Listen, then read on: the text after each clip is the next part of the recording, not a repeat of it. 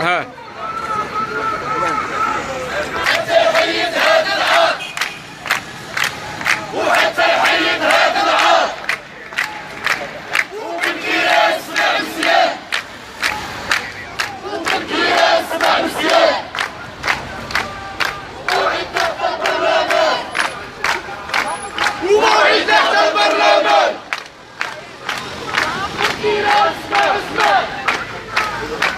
وبالكيرة اسمع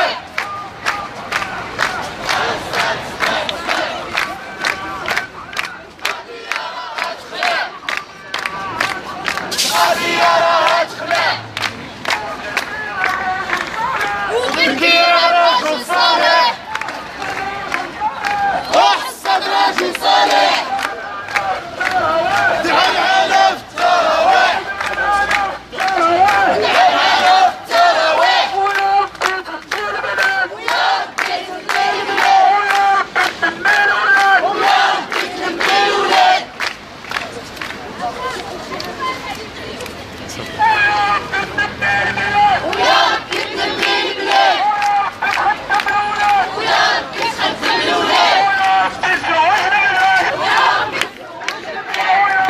سي عثمان تعوضوا المكتب التنفيذي ديال الجامعه الحره بسبب هذه الوقفات وهذه المذكره، واش كاين شي حلول ليها؟ واش كاين شي حاجه؟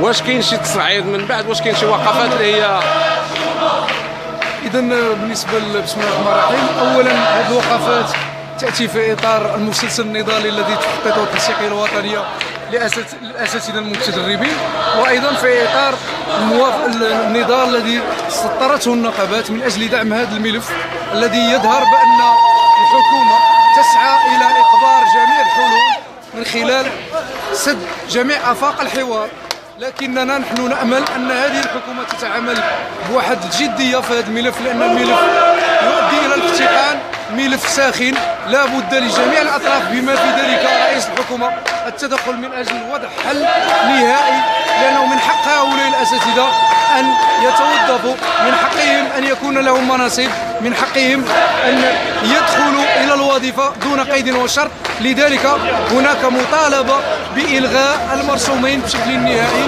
والدفع نحو الحل النهائي لهذا المسلسل، والا سيبقى التسعيد هو سيد الموقف، وسيبقى الجبهه مفتوحه امام كامل كل الاحتمالات التي تضعها التنسيقيه الوطنيه. سي عثمان عضو الكتابه ديال الجامعه الحره للتعليم، اسم طاقم الخبريه 24 كنشكركم على التصريح ديالكم وعلى الصبر ديالك. شكرا.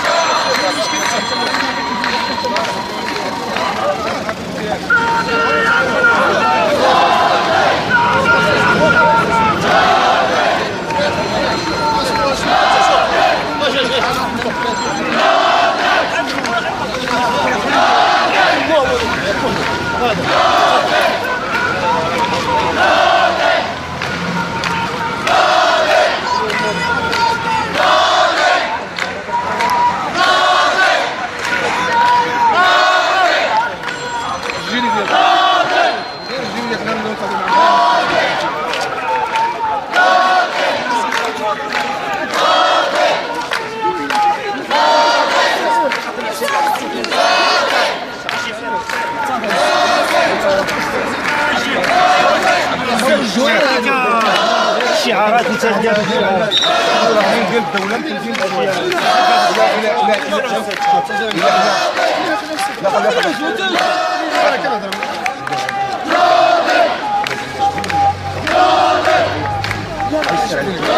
اصلا ممنوع. صافي ما كاينش مشكل، ما كاينش مشكل.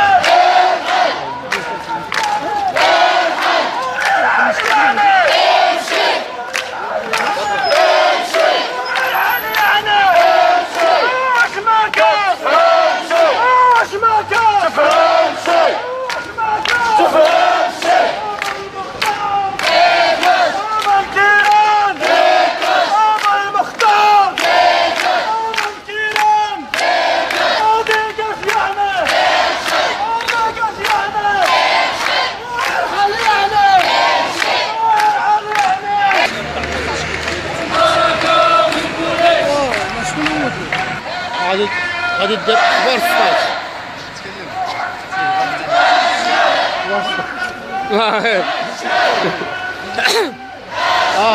ها دابا اييه مزيان باقي في العصا ما كلاوش باقي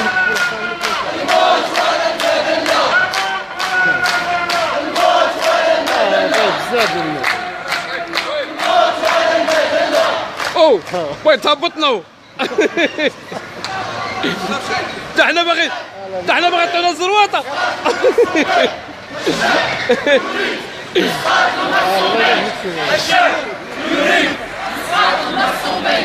الله يولي بحال هكا حتى حنا بغاو يعطيونا العصا. غالي يا موسى.